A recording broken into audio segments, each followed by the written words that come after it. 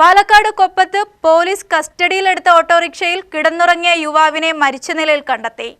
വളാഞ്ചേരി തിണ്ടലം മാവണ്ടിയൂർ സ്വദേശിയായ അഷ്റഫ് എന്ന 42-കാരനാണ് മരണപ്പെട്ടത്.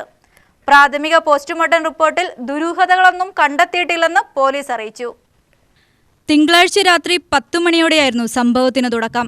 കൊപ്പത്തിന് സമീപം ഒരു കാറിലിടിച്ച ശേഷം നിർത്താതെ പോയ ഓട്ടോറിക്ഷ നാട്ടുകാർ പിന്തുടർന്ന് തടഞ്ഞ് പോലീസിൽ ഏൽപ്പിക്കുകയായിരുന്നു.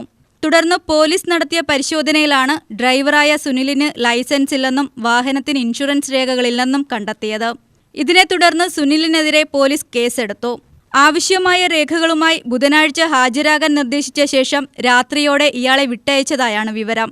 എന്നാൽ സുനിലിനൊപ്പമുണ്ടായിരുന്ന സുഹൃത്തുക്കളായ അഷ്റഫും സഹോദരൻ മുസ്തഫയും പോലീസ് സ്റ്റേഷന് സമീപം കസ്റ്റഡിയിലെടുത്ത ഓട്ടോറിക്ഷയിൽ തന്നെ കിടന്നുറങ്ങുകയായിരുന്നു.